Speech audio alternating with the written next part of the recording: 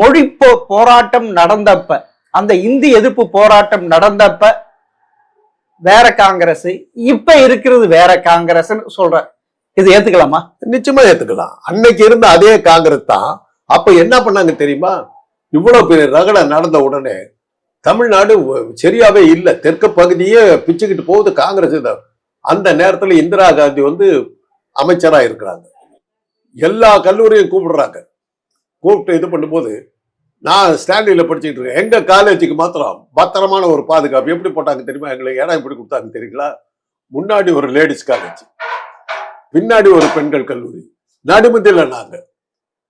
ஏன்னா ஆண்களோட ஒன்னா உட்கார்ந்தாக்க அன்னைக்கு ஸ்டான்லி தான் மிக போராட்டத்துல மிக தீவிரமா ஈடுபட்டுச்சு. மொழி போராட்டத்துல, இந்திய எதிர்ப்பு போராட்டம். நான் மாட்டிட்டு முடிச்சவன். அதுல உண்மையை சொல்ல போனா எனக்கு என்ன விஷயம்னே தெரியாத ஒரு ஆள் நான்.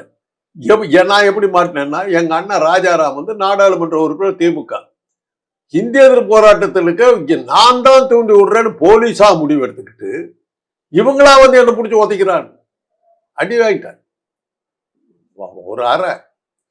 இன்னும் காது இந்த ஒரு சைடு கேட்காத அளவுக்கு போலீஸ் அடிதான் அன்னைக்கு தான் தெரிஞ்சு.